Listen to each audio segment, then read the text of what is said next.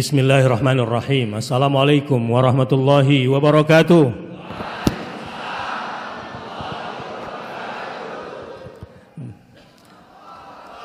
Masih semangat? Coba saya mau dengar takbirnya. Takbir. Innal hamdalillahi nahmaduhu wa nasta'inuhu wa nastaghfiruh wa na'udzu billahi min syururi anfusina wa min sayyiati a'malina. May yahdihillahu fala mudilla lahu wa may yudlilhu fala hadiya lahu. Asyhadu an la ilaha illallah wa asyhadu anna Muhammadar Rasulullah. Allahumma fashalli wa sallim wa barik ala nabiyyina wa habibina wa syafi'ina wa qaidina wa maulana Muhammadin sallallahu alaihi wasallam wa ala alihi wa sahbihi wasallim. Kiai Haji Fatur Rahman Kamal hafizakumullah, yang saya sangat menikmati paparan beliau yang bagus sekali. Walau saya lihat sebelah kanan mungkin karena semalam tahajudnya agak panjang kali ya. Ini khusyuk sekali. Yang sebelah kiri juga mungkin sambil berzikir dia. Dan sound system di bawah kelihatannya kurang terdengar, jadi boleh naik ke atas.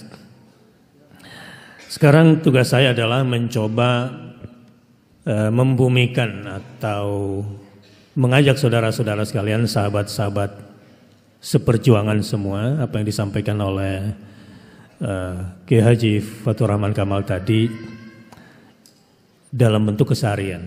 Saya mau bertanya, kalau Anda atau sahabat semua hidup di zaman Fir'aun, kira-kira ikut Musa atau ikut Fir'aun?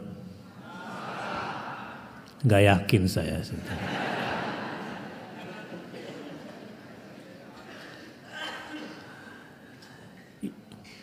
Pilih Musa atau pilih Firaun? Ini mungkin karena sudah dapat bocoran kali ya. Sebab secara teori isi kepalanya tidak diajarkan begitu. Saya mau kasih contoh. Pilih mana? Ada dua pemimpin. Pemimpin yang pertama, kalau kita taat sama dia, maka perut kita tetap kenyang, pekerjaan kita dijamin, silakan ibadah masing-masing di rumah.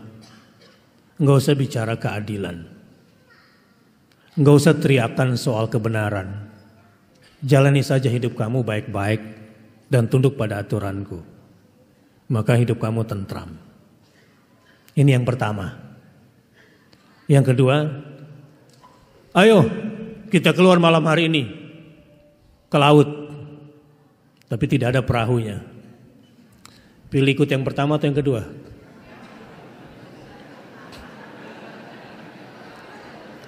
Loh, tadi katanya ikut Musa.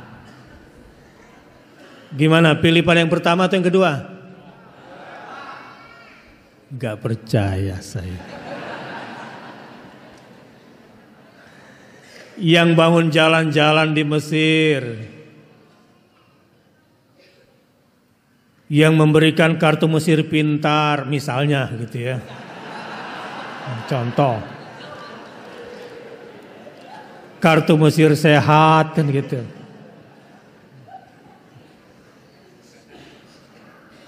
Atau ikut seseorang yang wanted bernama Musa alaihissalam. Pilih ikut siapa? Enggak yakin saya. Apa yang disampaikan Ustadz Fatur Rahman tentang Quran yang luar biasa, setelah saya coba cross check isi kepala gitu ya, ini kayaknya masih banyak masalah ini. Kenapa? Karena kebenaran menurut kebanyakan orang di Jakarta dan Yogyakarta itu biasanya cuma dilihat dari dua sisi. Satu, logik. Dua, material. Misalnya, Saya lihat dengan mata kepala saya sendiri. Itu artinya apa? Benar gitu kan? Saya dengar sendiri dengan kuping saya. Itu artinya apa? Benar. Jadi kalau ada orang ingin membuktikan sebuah kenyataan, biasanya menurut logika dia, saya lihat sendiri dengan mata saya, kan begitu. Itu artinya apa? Benar-benar terjadi. Saya dengar sendiri dengan telinga saya, gitu. Ternyata hasilnya adalah salah karena yang dibaca berita. Videonya hoax pula, kan gitu. Yang kedua, orang sekarang dengan semua sekolahannya melihat sebuah kebenaran itu kalau sudah didukung dengan fakta-fakta empiris, gitu kira-kira bahasa ilmiahnya. Di depannya ada fakta-fakta empirik yang bersifat repetitif, berulang-ulang. Dan itu kelihatan mahsusah wa malmusah, terindra dan terjangkau, sehingga itu disebut sebuah kebenaran. Inilah yang kemudian hari demi hari sekolahan, kemudian pendidikan, training, doktrin-doktrin yang masuk ke dalam benak kita tentang apa itu kebenaran. Nah, jamaah subuh rahimakumullah, bersyukurlah pada hari ini kalau kita ditakdirkan bisa sholat subuh berjamaah, dan jika ini terus menerus kita lakukan akan lahir pasukan subuh insyaallah. Fal mughirati subha, kriteria pasukan subuh ini adalah fawasatuna bihi, spesialisasinya akan menghantam kekuatan musuh langsung ke jantungnya dan memecah konsentrasi musuh. Anda yang datang untuk sholat subuh berjamaah, dan mudah-mudahan bukan hanya pada event ini dan seterusnya, dicatat oleh Allah sebagai orang yang sudah keluar dari kemunafikan insya Allah. Sebab di antara tanda-tanda orang munafik itu berat bagi dia, laisa salatun athqal min salatil fajr wa salatil isya. Enggak ada salat yang paling berat dikerjakan oleh orang munafik kecuali salat subuh dan salat isya. Anda-anda yang hadir salat subuh pada hari ini disaksikan oleh para malaikat. Ya. Ketika malaikat kembali usai salat subuh dan usai salat asar untuk memberikan laporan harian kepada Allah Subhanahu wa taala, Allah bertanya, dalam keadaan bagaimana kau tinggalkan hambaku? Aku datang, kulihat mereka sedang sholat, dan kutinggalkan mereka, mereka juga dalam keadaan sholat. Inna Qur'an al-fajri kana mashhuda. Orang-orang yang melakukan sholat subuh, maka sholatnya akan disaksikan oleh para malaikat. Dan insya Allah sahabat-sahabat semua yang melakukan sholat subuh berada dalam zimmatullah au fi dhimanihi wa amanihi wa ahdihi. Begitu para ahli tafsir mengatakannya, bahwa orang-orang yang melakukan salat subuh berjamaah adalah orang-orang yang dalam proteksi Allah, dalam garansinya Allah, dalam jaminan-jaminan Allah Subhanahu wa taala. Dan yang lebih membanggakan lagi di sini, banyak sekali pemudanya. Tunjuk tangan yang usianya 35 tahun ke bawah. Takbir. Anda kaum mayoritas di sini. Dan saya kira ini tanda-tanda kebangkitan Islam. Kalau mau melihat kualitas sebuah masyarakat, siapa orang-orang yang menjadi pilihan Allah, maka lihat jamaah subuhnya. Dan kali ini saya mau tanya, yang usianya 35 tahun ke atas, angkat tangan. Minoritas. Dan ini tentu tanda-tanda yang sangat membahagiakan, tapi jangan lihat usianya. Lihat apanya? Semangatnya. Baik. Buya Hamka, kali ini saya membidik kemuhammadiyahan kita hari ini untuk mengembalikan semangat kita, semangat kemuhammadiyahan kita. Saya menyebut kita karena saya merasa menjadi satu bagian yang tidak pernah bisa terpisahkan. Buya Hamka bilang, ketika menjelaskan tafsir surah Al-Asr, jadi orang itu harus jadi orang yang benar. Orang benar itu tanda-tandanya adalah mengerjakan yang benar. Dan orang yang sudah mengerjakan yang benar biasanya tidak mau sendirian. Dia mengajak orang lain kepada yang benar. Hanya saja berjalan di atas jalan yang benar bersama orang-orang yang benar itu penuh resiko. Maka dibutuhkan energi lain yang bernama sabar bersama yang benar. Pada 4 kisaran ini kuliah ba'da subuh menjelang duha yang akan saya sampaikan. Bagaimana jadi orang benar, apa yang dimaksud dengan mengerjakan yang benar, dan bagaimana mengajak kepada yang benar dan bersabar bersama yang benar. Yang pertama apa? Menjadi orang. Yang kedua, mengerjakan yang benar. Yang ketiga, mengajak kepada yang benar. Dan yang keempat, sabar bersama yang benar. Yang pertama, Buya Hamka dengan cerdas saya lihat menyimpulkan surah Al-Asr dengan tadabbur yang sangat kuat dan dalam sekali.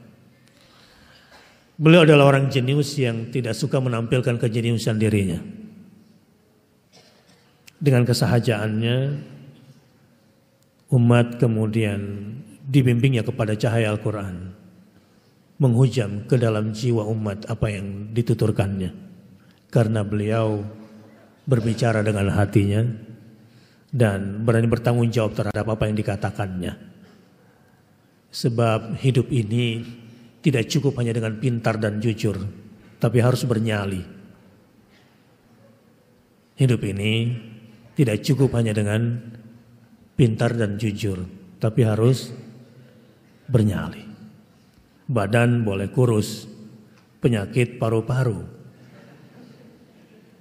tetapi dia adalah sang jenderal besar. Sang jenderal besar itu ternyata bukan dari militer awalnya, hanya seorang guru Muhammadiyah dengan jiwanya yang besar. Sahabat-sahabat seperjuangan yang saya cintai, Buya Hamka ketika menafsirkan surah Al-Asr demi masa,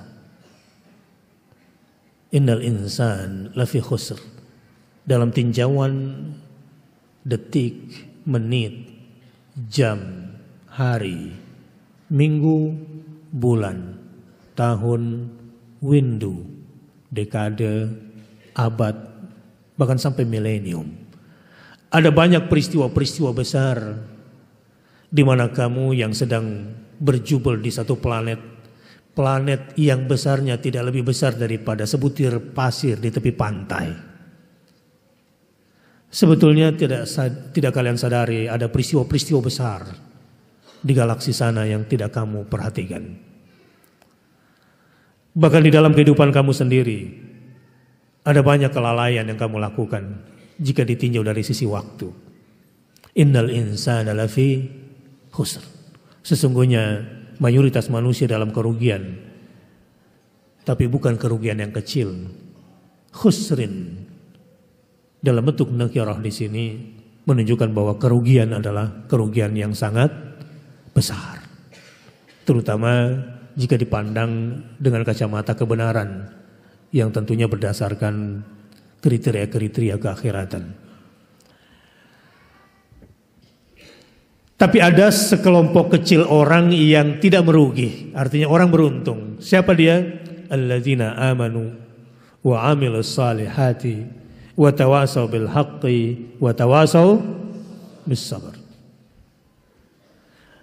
Yang tidak merugi itu adalah orang-orang yang beriman, yang beramal saleh, yang saling berwasiat dalam kebenaran dan saling berwasiat dalam kesabaran. Dari sini sekarang saya ingin jawab. Bagaimana cara jadi orang benar? Jadilah allazina amanu. Jadilah orang yang beriman. Apa yang dimaksud mengerjakan yang benar adalah wa amilus shalihat. Apa yang dimaksud dengan mengajak kepada yang benar? Wa tawasau bil haq. Saling berwasiatlah dalam kebenaran. Apa yang dimaksud dengan bersabar bersama yang benar? Wa tawasau bis sabar. Saling berwasiatlah dalam kesabaran. Sekarang saya mau tanya lagi. Pilih Musa atau pilih Firaun? Sebetulnya saya belum yakin.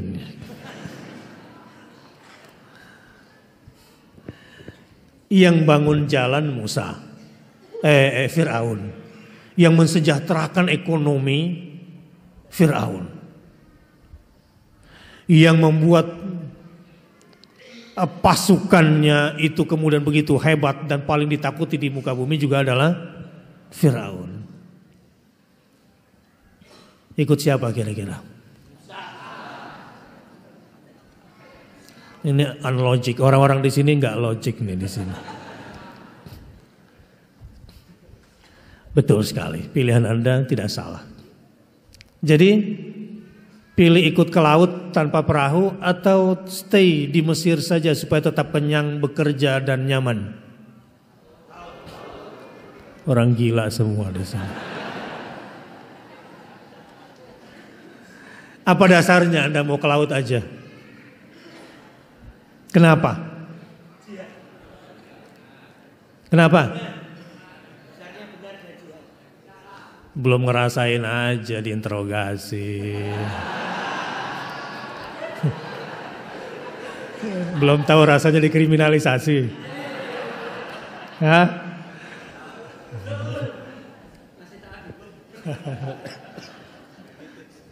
Bayangkan kalau nama sudah dikotori seantero. GNPF nilep uang umat. Bisa tidur gak kira-kira? Saya masih nyenyak alhamdulillah.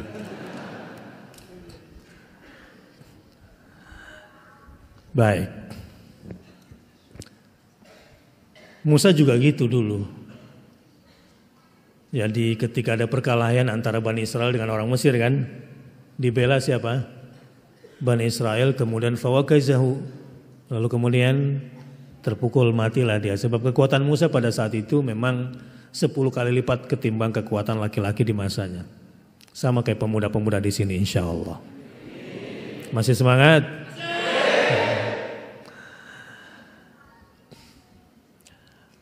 Jadi orang benar itu dasarnya adalah amanu, beriman. Beriman kepada apa? Billahi wa malaikatihi wa kutubihi wa rusulihi wal yaumil wal qadari khairuhu wa syarruhu. Saya sedang berpikir keras, kira-kira komponen iman yang mana yang saat ini paling dibutuhkan oleh umat di tengah kacaunya cara berpikir dan pendidikan yang sangat materialistik ini. Iman kepada Allah.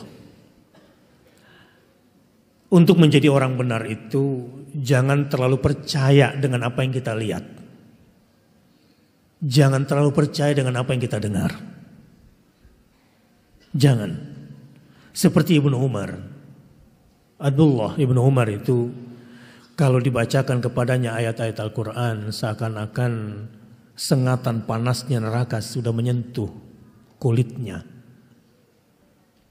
Sahabat kemudian bertanya, bagaimana mungkin kamu bisa mengimajinasikan itu sementara kamu tidak pernah ke neraka? Apa kata Ibnu Umar? Bagiku mata Rasulullah SAW adalah mataku. Dan aku lebih percaya kepada mata Rasulullah ketimbang mataku sendiri. bagiku. Yang didengar oleh telinga Rasulullah itulah yang akan kudengar. Dan aku lebih percaya pada telinga Rasulullah ketimbang telingaku sendiri. Ini beriman kepada siapa nih Ibnu Umar? Beriman kepada Rasul. Kira-kira Anda begitu nggak imannya? Halo? Lebih percaya pada persepsi sendiri atau persepsi Rasul? Nggak percaya saya. Tapi nggak apa-apa, ini tugas saya memang untuk memahamkannya.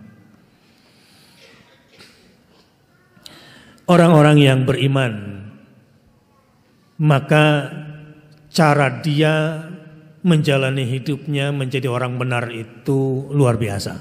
Contoh, kalau sahabat-sahabat semua ini menjadi Ibrahim alaihissalam, kira-kira berani gak masuk ke dalam api?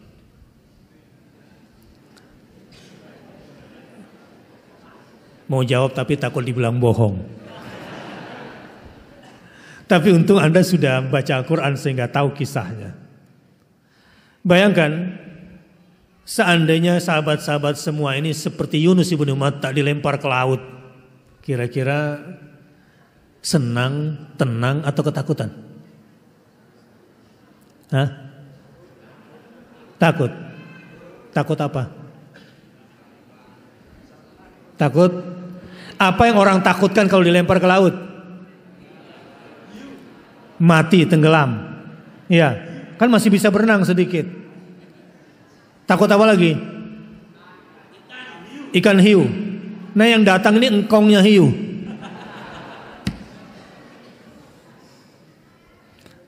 Tapi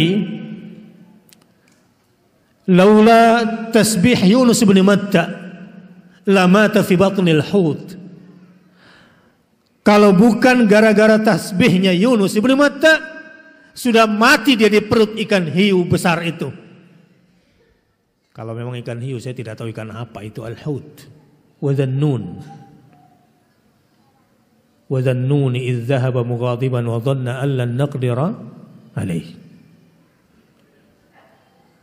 Nabi Yunus bin Matta itu melakukan kesalahan. Dia kurang sabar dalam berdakwah bersama umatnya, kemudian ditinggalkan. Dia pikir dia yang selamat, enggak tahu dia yang dilempar ke laut. Kalau bukan karena tasbihnya, saya garis bawah ini.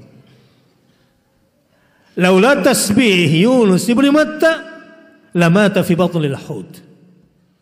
Pasti dia udah mati di perut ikan besar itu.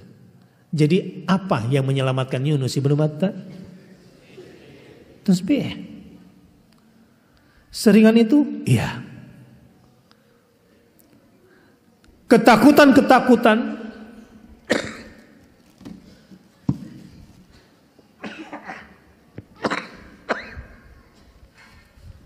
sama kayak Jenderal Sudirman gitu, Bapak agak-agak paru-paru dikit.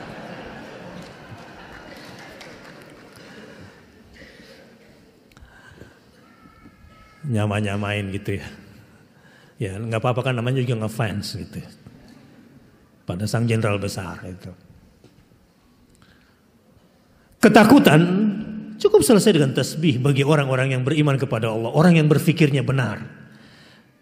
Kenapa orang-orang musyrik itu gampang ketakutan? Karena musyrik dia. Di mana kelemahan orang musyrik? Takut kepada yang tidak mendatangkan bahaya. Berharap kepada yang tidak mendatangkan manfaat. Tapi orang-orang yang bertauhid bersih, la ilaha illallah wahdahu la syarikalah, lahul mulk wa lahul hamd, yuhyi wa yumit, wa huwa ala kulli syai'in qadir. Dia sudah punya paradigma yang jelas. Wa ma ramaita idh ramaita walakinnallaha rama. Bukan kamu yang melempar, bukan kamu yang memanah saat kamu memanah, tetapi Allah yang mengarahkan anak panahmu. Jelas sekali. Qul la yusibana illa ma kataballahu lana huwa maulana. Tidak akan pernah ada yang bisa menimpakan musibah kepada kami kecuali yang memang sudah ditetapkan oleh Allah. Tapi kalaupun itu terjadi, kami kembali lagi kepada Allah, dan Allah lah sebaik-baik maula, pelindungku, waliyuku. Begitu cara berpikir orang-orang yang benar itu. Baik. Jadi sekarang ikut Musa atau ikut Firaun? Orang di Jakarta ikut siapa? Jangan ngomong-ngomong. Sahabat semua, yang kedua, penting loh beriman kepada malaikat. Beriman kepada malaikat. Di atas kertas sulit dibayangkan mana mungkin Rasulullah SAW bisa menang di perang Badar itu. Ada yang menarik di perang Badar. Saya mencoba menerjemahkan perkataan Ustaz Fathur Rahman Kamal tadi. Berapa jumlah pasukan muslimin? 300 berapa? Ya ada ikhtilaf lah ya. Ada 313, ada 317. Nah, itu jumlahnya. Lawan berapa? 1000. Apa tugas Rasulullah SAW dalam perang Badar? Dibuatkan sebuah tempat khusus untuk berdoa kepada Allah Subhanahu wa taala. Tidak pernah putus. Dan saat itu para sahabat sempat juga digoncang malamnya itu. Bisa menang gak kita ya? Karena amunisi senjata kita, peluru kita, jumlah pasukan kita tidak berimbang dengan pasukan kafir. Tapi apa yang terjadi? Dengan kekuatan spiritualitas kita, terutama iman kita bil malaikah, kalau itu kuat, maka keyakinan itu yang akan mendatangkan sebuah kekuatan baru. Saya ingin singkat cerita. Setelah mereka selesai perang Badar, ada cerita yang begini uniknya. Saya tuh hampir saja tebas leher tuh musuh, tapi belum saya tebas sudah putus lehernya. Saya punya pengalaman lain. Gimana? Hampir saya ditebas leher saya, terus tiba-tiba putus jari-jari jemari mereka. Saling cerita ini veteran Badar. Allah kemudian informasikan yang Rasul awalnya tidak tahu.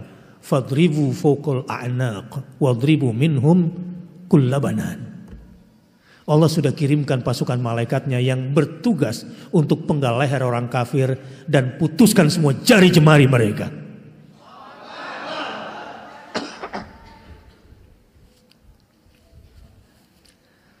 Jadi kalau ada perintah dari Allah, sementara di depan ada tembok, maju terus? Maju atau mundur?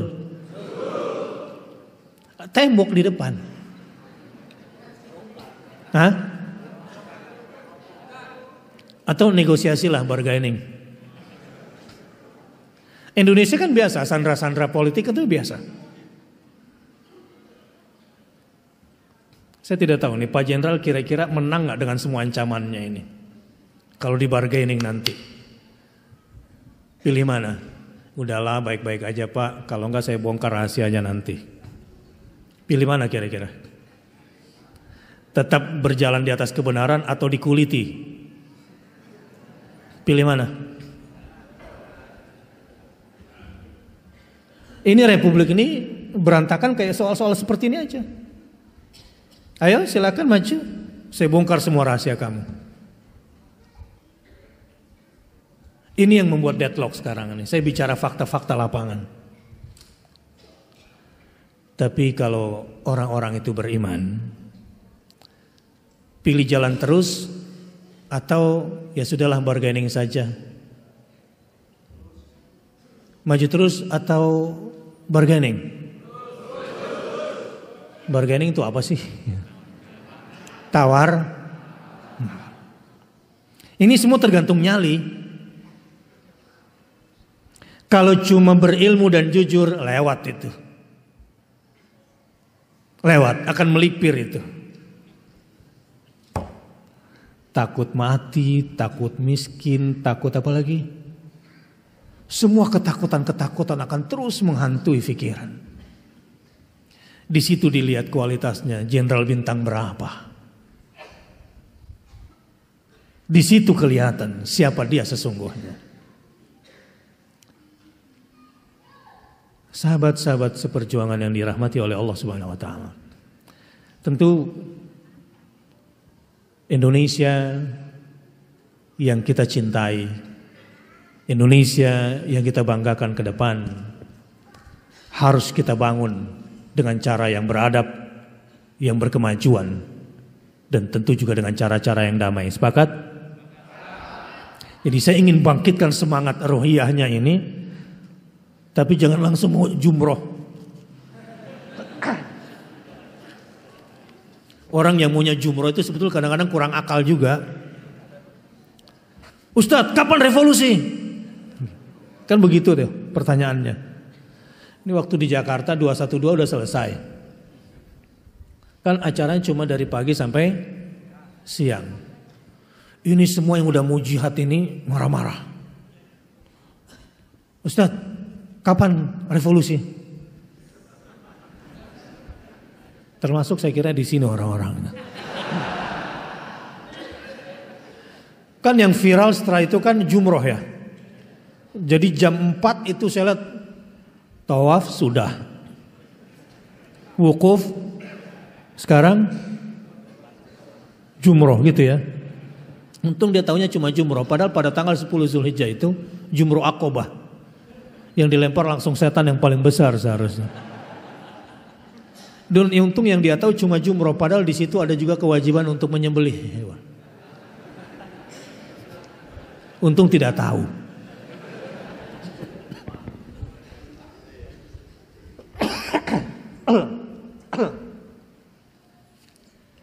Sepakat. Harus revolusi. Revolusi akidah. Revolusi akhlak. Ini yang penting untuk saat ini. Dan itu hanya bisa terjadi jika keimanan kita secara akidah. La ilaha illallah. Wahdahu la syarikalah. Wahdahu la syarikalah. Wahdahu la syarikalah. Lahul mulk. Miliknya lah semua kekuasaan. Qulillahumma malikal mulk. Tidak ada sedikit pun di benak saya dan teman-teman untuk menggulingkan rezim ini. Walau akhirnya saya dituduh makar juga pada akhirnya. Udah diinterogasi, sudah disidik. Tidak ada sedikit pun. Tidak ada di benak kami revolusi yang di dalam benak Anda kan umumnya revolusi itu bakar sana bakar sini gitu ya. Goyang-goyang pagar istana, ujung-ujungnya naik ke atas genteng, gedung. Itu revolusi? Tidak. Bukan itu. Umat Islam punya prinsip dalam ingkarul munkar. Al-amru bil ma'ruf bil ma'ruf wan nahyu 'anil munkar, dengan tidak menimbulkan kemungkaran yang lebih besar. Sehingga dengan izin Allah, Kapolri pun mengatakan pada acara 212, bahkan satu ranting pohon pun tidak ada yang patah. Kehendak siapa itu? Allah Subhanahu wa taala. Setelahnya ada 412. Bhinneka Tunggal Ika gitu ya. Oh itu tuh yang Bhinneka Tunggal Ika yang ada banci-bancinya gitu kan. Sementara umat Islam dianggap anti kebinekaan. Gak apa-apa Ustaz. Stigmatisasi ditujukan kepada kita dengan semua keburukan karena memang udah dari sononya seperti itu. Rasul juga dituduh orang gila begitu ya. Rasul juga dituduh sebagai tukang sihir. Karena isu yang paling menjatuhkan secara moral untuk seorang Rasul itu, yang bisa menjatuhkan dia habis karakternya, itu kalau dituduh sebagai orang gila atau tukang sihir. Kalau sekarang kira-kira sebagai apa?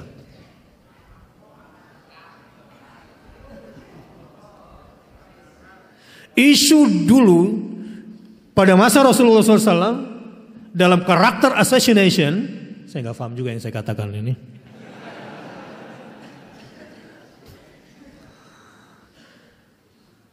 Adalah tuduhan kepada sang pembawa moral, sang penjunjung ideologi kalau sudah dituduh tukang sihir atau orang gila. Itu biasanya hancur. Pertanyaan saya, apakah reputasi Rasul semakin hancur? Tidak. Kok bisa? Ini saya mau kasih ilmunya.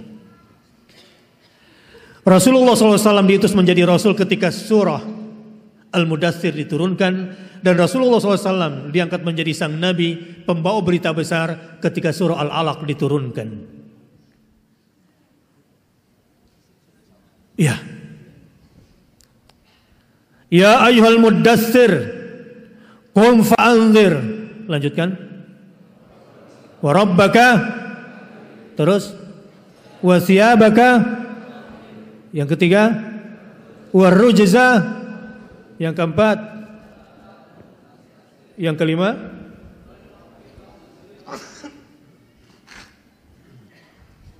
saya kalau lelah begini retorikanya, jadi bukan batuk, ini retorika.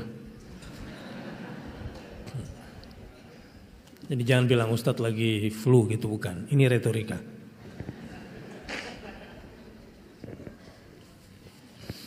Baik. Revolusi pertama yang harus kita lakukan untuk memajukan Indonesia dengan Islam yang berkemajuan adalah perkuat dulu tauhid dan akhlak kita. Sepakat? Bagaimana caranya?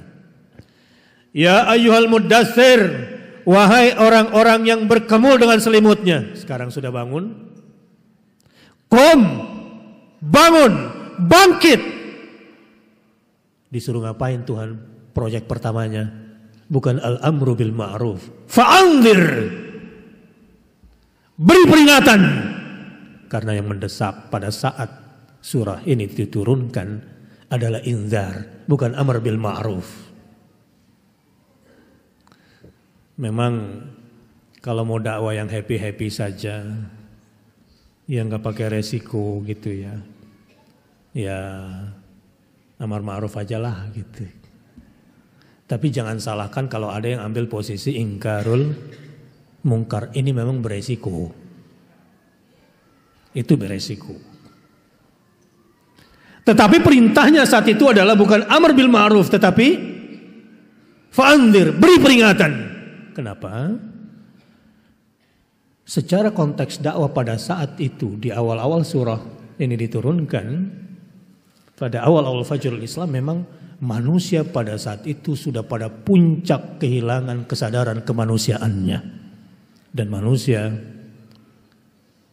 mendesak untuk diturunkan kepada mereka saat itu di kitab sucinya untuk membimbing mereka, dan didatangkan kepada mereka sang nabi atau sang rasul untuk membimbing mereka.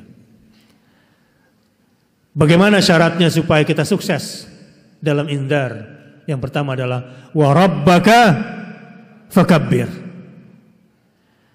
Kalau ingin sukses menjadi orang yang memberikan peringatan, syarat utama yang harus ada di dalam dirimu, di dalam diri kita semua, yang harus kita revolusi adalah wa rabbaka, dan Tuhanmu agungkanlah. Saat ayat ini diturunkan belum turun perintah salat. Jadi belum tahu yang disebut dengan mengagungkan Rabbnya itu apakah dengan Allahu Akbar atau tidak. Tapi yang pasti di dalam jiwanya, yang agung hanyalah Allah. Tidak ada yang lain. Yang paling dicintai hanyalah Allah, yang paling ditakuti hanyalah Allah, yang paling diharapkan hanyalah Allah, dan yang paling dipasrahkan segala persoalan adalah Allah. Cuma itu. Ya. Ini bekal bagi siapa saja yang ingin terus memajukan peradaban Islam di Indonesia dengan cara-cara yang digambarkan oleh Al-Quran. Siap bela Islam? Tapi dengan cara Islam.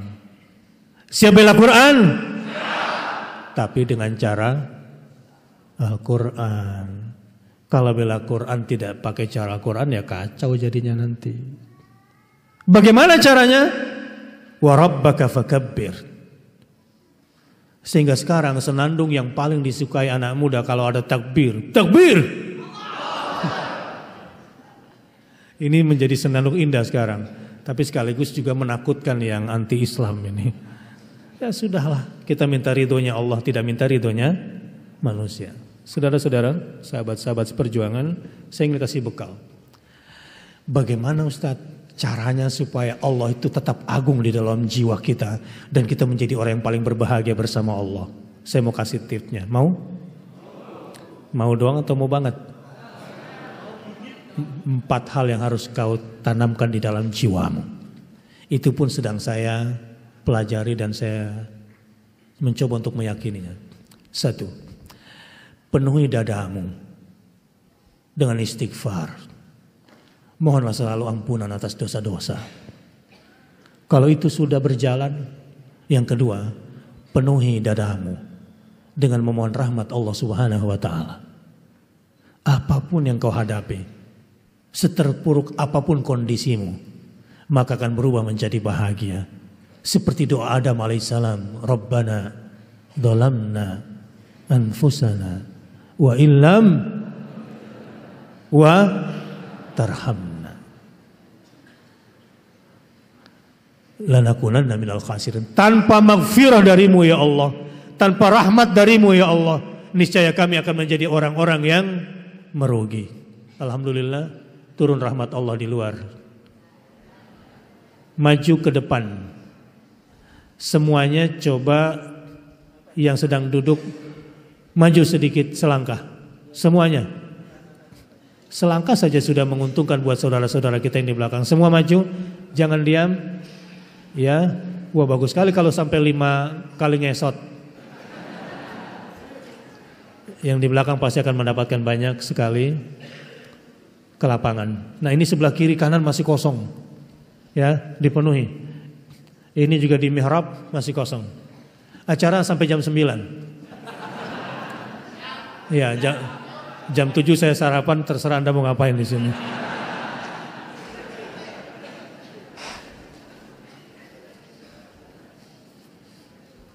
Lanjut. Liman syaa minkum ayyataqaddam aw yata'akhkhar. Orang-orang yang sedang berjalan menuju Allah cuma 2 jenis, imma mutaqaddim wa imma mutaakhir. Enggak ada yang waqif. Orang-orang yang selalu berjalan di jalan Allah Subhanahu wa taala, ada yang dianggap maju terus, ada yang sudah mundur. Walaupun dia mengira diam dulu berstrategi, belum tentu. Anda tipe yang mana? Yang mutaqaddim atau mutaakhir? Maju atau mundur? Nah, sebelum majunya berantakan, saya perlu kasih bekal dulu. Sebab memang kalau spiritualitas kita, iman kita, ruhiyah kita ini kurang kuat, susah diajak berjuang. Penuhi dada kita dengan 4 hal. Yang pertama apa tadi? Istighfar. Coba istighfar dulu semua. Anak saya pernah dulu waktu masih kecil, istighfar nak. Istighfar. Gitu. Orang-orang yang senantiasa beristighfar dan bertobat kepada Allah Subhanahu wa taala akan mendapatkan mata'an hasanan ila ajalin musamma. Akan ada kenikmatan, ada kebahagiaan di dalam jiwanya. Yang kedua, penuhi dada dengan apa? Memohon rahmat Allah Subhanahu. Tahukah Anda rahmat terbesar Allah? Ini hujan rahmat atau bukan? Sinar ultraviolet rahmat atau bukan? Oksigen rahmat atau bukan? Duit? Tapi penting mana duit sama hujan? Penting mana duit sama oksigen? Pertanyaan saya, Anda lebih bersyukur yang mana biasanya sehari-hari? Ayo jujur. Sujud syukur kalau dapat hujan, dapat dana oksigen, atau karena dapat apa biasanya? Jadi bohong semua nih, bersyukurlah nih semua. Nggak apa-apa, ini lagi diisi. Tahukah Anda rahmat terbesar Allah? Tidak ada orang yang bisa menurunkan hujan. Dan beda kualitas air hujan dengan air dari tanah itu. Tidak ada yang bisa membuat oksigen, dan itu semua rahmat Allah Subhanahu wa taala. Tetapi rahmat terbesarnya adalah Ar-Rahmanu 'Allamal Qur'an. Kalau Allah sudah mengajarkan Quran kepada kamu, maka kamulah orang yang paling berbahagia karena sudah mendapatkan rahmat terbesar Allah Subhanahu wa taala. Saya mau nanya, siapa yang sejak Ramadan kemarin sampai sekarang sudah selesai khatamkan Quran? Angkat tangan. Nah, ini orang-orang yang dapat rahmat, sebagian besarnya belum. Bagaimana bisa diajak bela Quran kalau masih malas baca? Energinya apa? Jadi ini yang perlu direvolusi dulu. Siap khatam minimal sebulan sekali? Siap? Sholatnya, siapa yang sholatnya masih di bawah 30 rakaat setiap hari? Bingung dia, sholat saya berapa rakaat tiap hari? Lawang sholatnya sendiri tidak tahu berapa rakaat tiap hari, apalagi disuruh target. Coba, sholat wajib berapa rakaat? 17. Sholat sunnah rawatib berapa? Yang sunnah muakkadah aja dulu deh. 12. 12 tambah 17? 29. Tahiyatul masjid berapa kali? Minimal. Gimana tahiyatul masjid datangnya pas qomat? Orang kayak begini mau revolusi. Revolusi apaan? Cuma marah-marah saja. Siap sudah berada di masjid sebelum azan? Berarti sudah sholat apa? Oke, minimal berapa rakaat? Oke, jadi berapa totalnya? 39. Oke, sholat duha berapa? 4. Oke, bolehlah. Berapa sudah? 43. Ya. Oke, witir minimal berapa?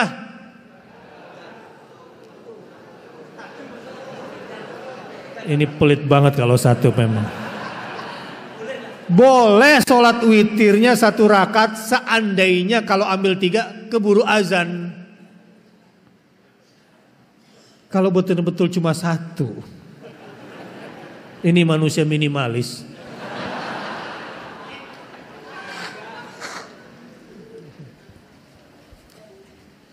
Para sahabat Nabi, diantaranya Abdullah bin Jahash kalau tidak salah, saya pernah mendengar. Rukunya saja, dari pertengahan malam sampai subuh, rukunya saja.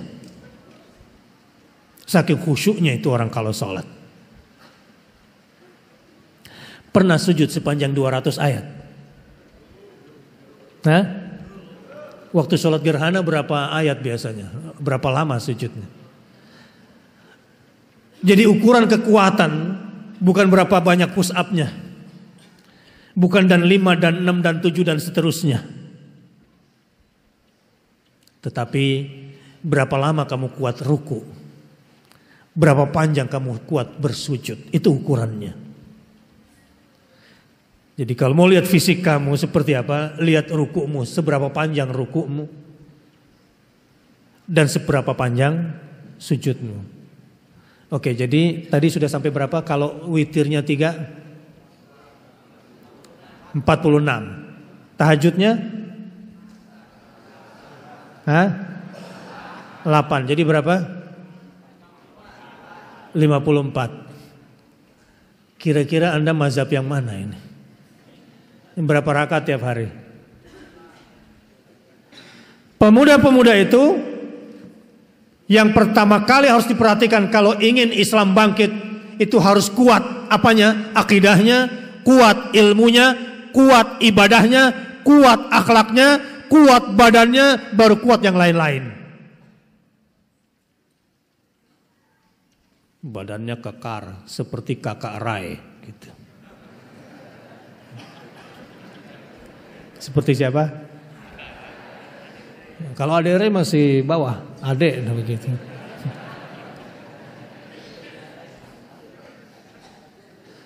Tapi ketika berhadapan dengan ancaman-ancaman yang besar, ya biasanya mundur itu. Tapi tidak demikian dengan orang-orang yang setelah memperbanyak istighfar, memperbanyak memohon rahmat Allah Subhanahu wa taala. Allahumma arhamna birahmatika ya arhamar rahimin. Allahumma arhamna bil Qur'an, Allahumma arhamna bil Qur'an, Allahumma arhamna bil Qur'an. Hidupnya bersama Quran setiap hari. Saya malu dengan seorang teman. Ustadz, ini kita kerjakan jihad atau bukan? Karena berjalan bersama saya cukup sibuk hari ini. Memangnya kenapa? Hari ini saya punya utang 5 juz. Kenapa? Target saya 10 juz satu hari belum kesampaian. Insya Allah perjalanan kita, kerja keras kita mudah-mudahan sebagai terhitung jihad di jalan Allah Subhanahu wa taala dan memperberat timbangan amal akhirat. Akhirnya kapan dia bayar 5 juznya? Setelah duduk sama anak-anaknya dan istrinya tidur, dia baca Quran, dia selesaikan. Begitu cara hidupnya. Dan orang-orang seperti itu yang kuat berjuang biasanya. Ini revolusi yang paling penting untuk kita mulai. Selebihnya Indonesia akan menjadi baldatun thayyibatun wa rabbun ghafur. Allah turunkan malaikat-malaikatnya yang akan bangkitkan peradaban Indonesia dengan penuh kedamaian. Siap revolusi akhlak? Mulai dari ibadahnya dulu. Tapi saya mau kasih lagi yang ketiga dan yang keempat. Kalau yang ketiga dan keempat itu juga memenuhi dadamu, insya Allah kemenangan di depan mata. Apa itu? Penuhi di dalam hatimu rasa cinta kepada Allah Azza wa Jalla. Allahumma inni as'aluka hubbaka wa hubba man yuhibbuka wa hubba kulli amalin yuqarribuni ila hubbika. Ya Allah, hujamkan di dalam hatiku rasa cinta kepadamu. Hujamkan pula di dalam hatiku untuk mencintai orang-orang yang mencintaimu dan jadikanlah aku bersama mereka. Cintakan kepada aku perbuatan-perbuatan yang bisa mendatangkan cintamu pada aku. Kalau sudah pada level ini seorang hamba, dia akan berikan segalanya untuk agama Allah Subhanahu wa taala. Kalau ada perintah wajahidu bi amwalikum wa anfusikum, berjihadlah dengan harta dan nyawamu, yang pertama kali tunjuk tangan adalah orang-orang yang sudah merasakan nikmatnya cinta kepada Allah Subhanahu wa taala. Tapi kalau masih cinta dunia susah. Susah. Dunia terus yang menjadi impiannya. Orang-orang yang saleh yang mencintai Allah itu doanya diantaranya, Allahumma la taj'alid dunya akbar hammina wala mablagha ilmina wala hiya darana. Allahumma ja'alil hayata ziyadatan lana fi kulli khair waj'alil mauta rahatan lana min kulli syarr.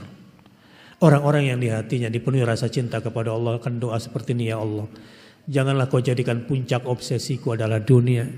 Jangan sampai ilmuku hanya berlaku di dunia, dan jangan jadikan dunia sebagai tempat tinggalku. Dan kalaupun masih ada kehidupan kau berikan kepada aku, jadikanlah kehidupan ini sebagai sumber kebaikan. Dan kalaupun nanti kau takdirkan aku mati, hentikanlah aku dari berbagai macam kejahatan. Sungguh, orang-orang yang mencari cintanya Allah Subhanahu wa taala menjadi jelas. Wah, kalau yang lebih hebat lagi, ambil yang keempat. Jika di dada itu sudah ada istighfar, ada memohon rahmat, dan yang ketiga memohon cinta, tambah satu lagi. Ini kalau ada yang punya 4 ini, saya pengen hidup bersama dia. Apa itu? Allahumma inna nas'aluka ridhaka wal jannah. Adalah orang yang senantiasa mencari ridhonya Allah Subhanahu wa taala. Allah saja yang dicari ridhonya, pujiannya. Allahumma ja'alna minhum. Mudah-mudahan kita semua tergolong yang seperti ini. Sebutkan 4 hal yang harus kita penuhi di dada kita. 1, 2, memohon rahmat. 3, cinta kepada Allah. Dan yang keempat, ridha. Penuhi dulu, ini sisi dalamnya. Ini cara menjadi orang benar yang wa amilus shalihat, yang mengerjakan yang benar. Siap jadi orang benar? Udah tahu? Ya dengan beriman. Bagaimana jalan hidup orang yang beriman? Iyyaka na'budu wa iyyaka nasta'in. Ihdinas siratal. Itu aja jalan hidup itu. Hanya kepada Engkau kami mengabdi, hanya kepada Engkau saja kami mohon pertolongan. Tunjukkanlah kami ke jalan yang. Untuk tahu kita ini benar atau tidak, kita perlu benchmark, kita perlu perbandingan. Saya ini orang benar atau bukan? Jangan hanya menurut persepsi saya.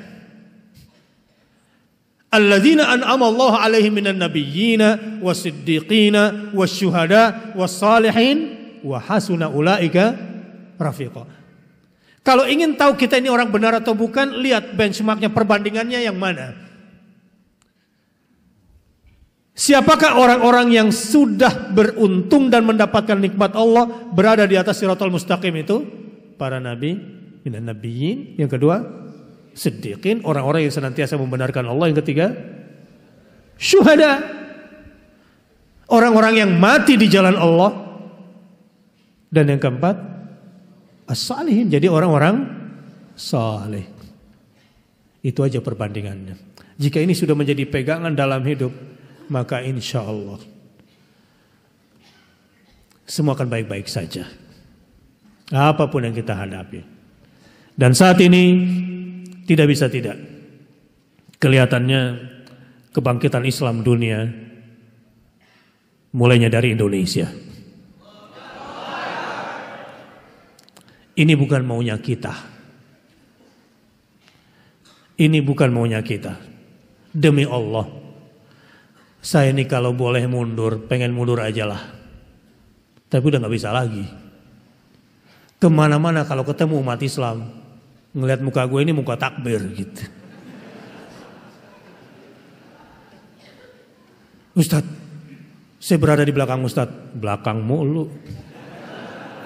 Kita lagi perih-perih di depan. Ustadz maju terus. Ya iya gue terus yang maju, lu kapan gitu.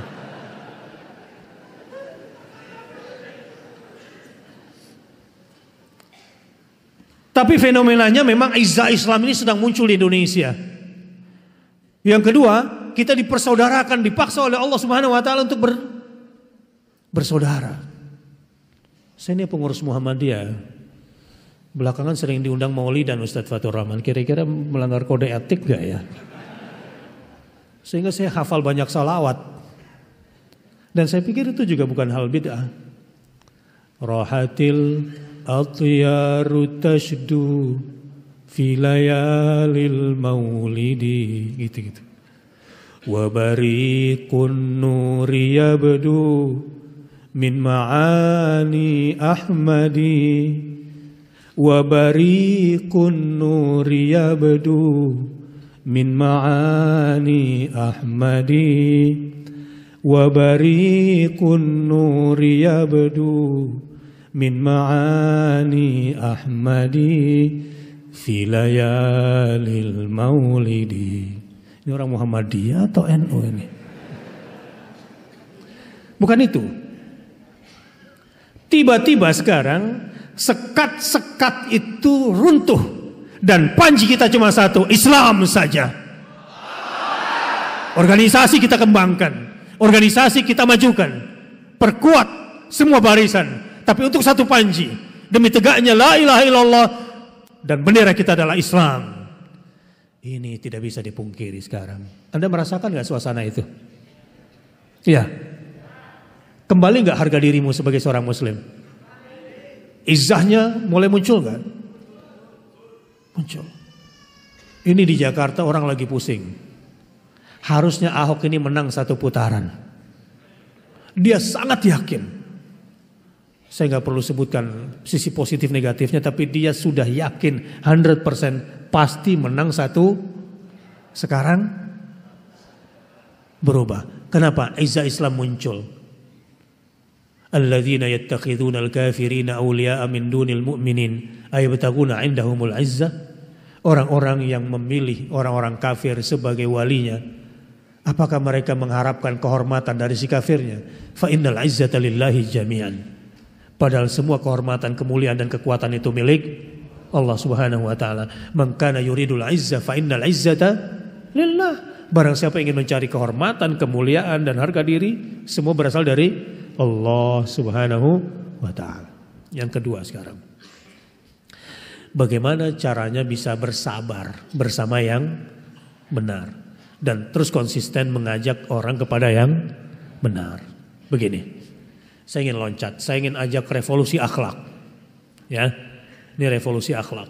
Saya pernah berbicara di sini tentang ayah dan bagaimana masuk surga sekeluarga. Tetapi untuk kali ini saya ingin bicara dalam konteks yang lebih sederhana, karena suasana heroik seperti ini adalah bagaimana revolusi akhlak yang paling mendesak untuk saat ini.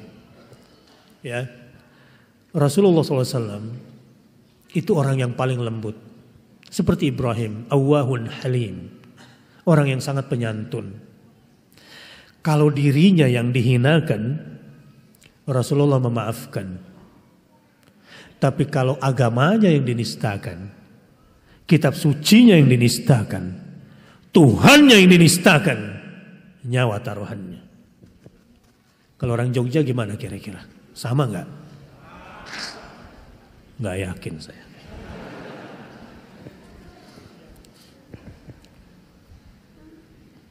Lihat, ini semua juga untuk menepis selera orang-orang liberal yang agak kacau. Orang-orang liberal itu kalau harga dirinya yang disinggung, organisasi dan kelompok yang disinggung, marahnya setengah mati. Tapi kalau Islamnya yang diinjak-injak, biasa saja, begitu kan? Anda yang mana nih kira-kira? Hampir sama sebetulnya, diam-diam itu. Begini, satu malam Rasulullah bermimpi didatangi oleh Jibril. Dalam mimpinya Rasul diinformasikan bahwa ada orang saleh, abdun saleh, namanya Fairuz Ad-Dailami, orang Persia yang tinggal di Yaman. Karena dulu orang Persia taruh pasukan keamanannya di Yaman. Dia kemudian masuk Islam, lalu kemudian membunuh nabi palsu namanya Musa Al-Ansi.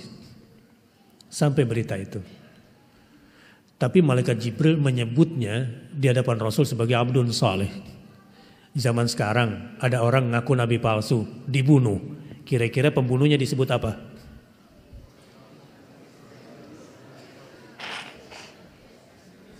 Disebut apa kira-kira?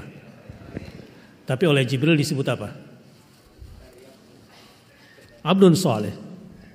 Ini soal persepsi. Ya. Soal persepsi. Sampai satu hari ada antrian di masa Khalifah Umar bin Khattab. Ini giliran antriannya si Fairuz Ad-Dailami untuk menghadap Amirul Mukminin, tapi ada orang Quraisy nyalip. Ya mendahului antrian. Fairuz bilang, "Bro, mundur bro. Antri." Ini Quraisy ini sombong karena dia ngerasa sebagai orang Arab. Kamu orang Persia. Apa sih? Saya ini orang Arab gitu, kira-kira gitu. Tarik lagi, "Bro, antri bro." Gitu. Masih ngelawan juga, langsung pok, patahlah hidungnya, berdarah lah. Lalu menghadap Umar bin Khattab, ditanya, "Kenapa hidung kamu berdarah?" Ditampol tadi. Pukul siapa?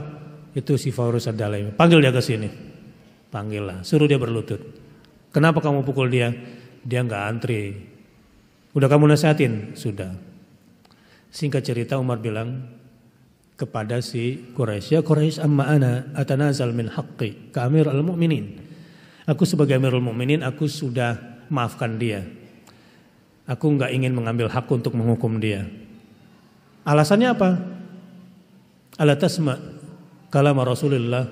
Kamu tidak dengar Rasul pernah berkata kepada dia bahwa dia adalah abdun salih. Abdun salih. Orang salih di hadapan Rasulullah sallallahu alaihi wasallam. Akhirnya si Quraisy ini pun ikut memaafkan, maka oleh si Fairuz Ad-Dailami dikasih pedangnya, dikasih bagelahnya, dan dikasih 30.000 dinar sebagai qisasnya. Dan memang dia orang kaya. Apa yang ingin saya katakan dari cerita tadi? Bunuh Nabi palsu? Bukan. Persepsi. Persepsi. Rasulullah SAW itu kalau dirinya yang dihinakan gak apa-apa. Idfa billati hiya ahsan. Balaslah kejahatan orang lain dengan yang paling baik, bukan dengan yang baik. Fa idzal ladzi bainaka wa bainahu adawatun ka'annahu waliyyun hamim. Balaslah kejahatan orang dengan kebaikan yang terbaik, maka tiba-tiba kamu akan bersaudara dengan dia. Ini prinsip yang harus kita pegang. Jadi kalau diri kita yang memang hina dibuat dari yang hina, lalu dihinakan, ya sudahlah. Balas dengan kebaikan yang terbaik. Siap? Berani memaafkan? Tidak dendam? Begitu Rasulullah SAW. Hampir setiap hari dilempari kotoran, dilempari bernajis setiap kan ke masjid. Sampai satu hari enggak dilemparin. Ada yang aneh nih. Balik lagi, gitu ya. Enggak ada juga yang lemparin. Ada orang buta yang setiap hari mendamprat Rasulullah SAW. Dia seorang pengemis. Muhammad itu manusia paling buruk yang saya tahu. Tapi setiap pagi Rasulullah SAW memberi makan dia, menyuapinya dengan lembut tanpa suara. Jika kurma itu keras, dia kunyahnya sedikit. Untuk kemudian supaya mudah dikunyah oleh sang kakek yang mendamprat dirinya. Begitu Rasulullah SAW. Jika terkait dengan dirinya. Ini saya kira revolusi akhlak yang perlu kita perbaiki. Akhlak seorang suami terhadap istrinya yang penuh dengan kelembutan. Akhlak seorang ayah terhadap anak-anaknya yang penuh penyayang.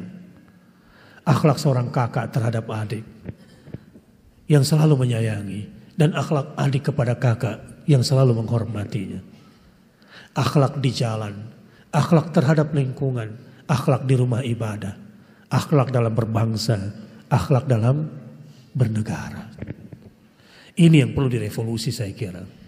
411 dan 212. Dengan damai, dengan adab. Ini yang harus kita pelihara. Dan jangan terprovokasi. Seperti yang Ustaz Fatur Rahman katakan tadi. Kita sedang dijebak untuk melakukan anarkis. Tindakan-tindakan anarkis dengan semua stigma. Tidak usah terpancing. Semakin kita bersabar. Semakin kita berdamai. Karenanya Allah itu dikatakan Halim.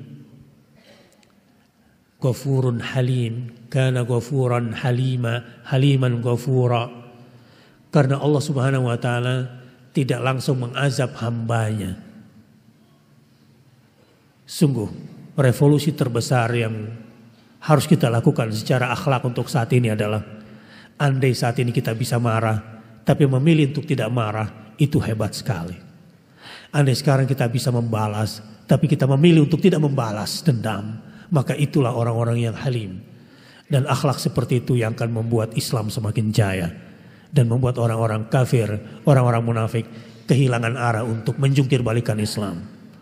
Siap menjadi agen kebangkitan Islam dengan damai? Siap revolusi akhlak?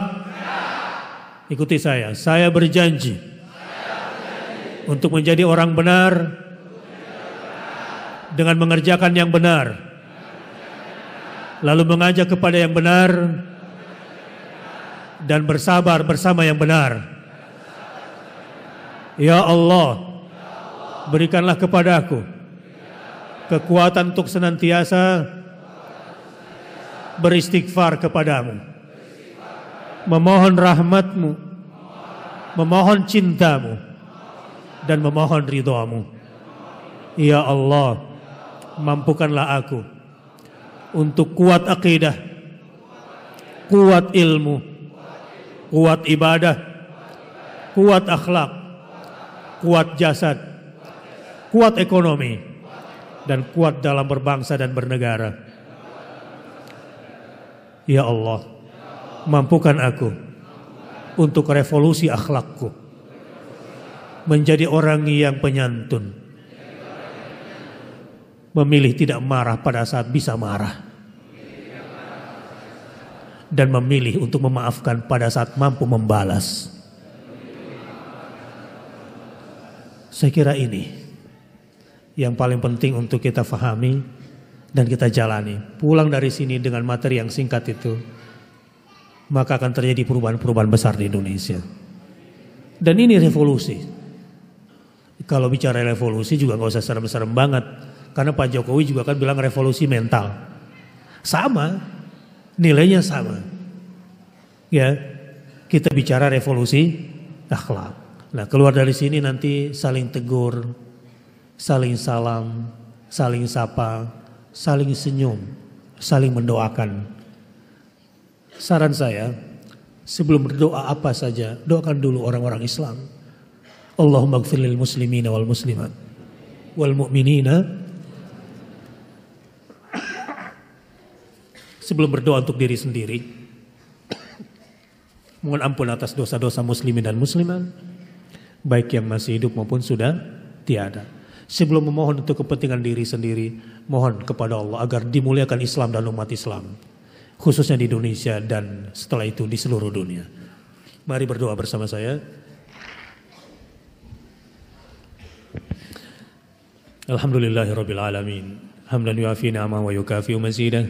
Ya Rabbana walakal hamdu kama yanbaghi li jalali wajhikal karim wa 'azimi sultanik. Allahumma shalli ala Muhammad wa ala ali Muhammad. Allahumma ighfir lil muslimina wal muslimat wal mu'minina wal mu'minat al ahya' minhum wal amwat. Innaka sami'un qaribun mujibud da'wat fa ya qadhiyal hajat. Allahumma a'izzal Islam wal muslimin. Allahumma a'izzal Islam wal muslimin. Allahumma a'izzal Islam wal muslimin wa aslih ulatal muslimin wa aslih dhata bainihim wansurhum ala aduwika wa aduwihim. Allahumma rabbana la tusallit alaina bidhunubina man la yakhafuka fina wa la yarhamuna. Allahumma la tusallit alaina bidhunubina man la yakhafuka fina wa la yarhamuna. Allahumma rabbana la tusallit alaina bidhunubina man la yakhafuka fina wa la yarhamuna. Allahumma ahsin aqibatana fil umuri kulliha wa ajirna min khizyid dunya wa adzabil akhirah. Rabbana ighfir lana dhunubana wa israfana fi amrina wa thabbit aqdamana wansurna 'alal qaumil kafirin. Rabbana afriq 'alaina sabra wa thabbit aqdamana wansurna 'alal qaumil kafirin. Rabbana taqabbal minna innaka antas samiul alim wa tub 'alaina innaka antat tawwabur rahim. Rabbana atina min ladunka rahmah wa hayyi' lana min amrina rasyada. Rabbana atina fid dunya hasanah wa fil akhirati hasanatan wa qina adzaban nar. Wa sallallahu ala nabiyyina Muhammadin sallallahu alaihi wasallam. Subhana rabbika rabbil izzati amma yasifun wa salamun alal mursalin walhamdulillahi rabbil alamin. Aqulu qawli hadza wa astaghfirullah li wa lakum. Wassalamu alaikum warahmatullahi wabarakatuh.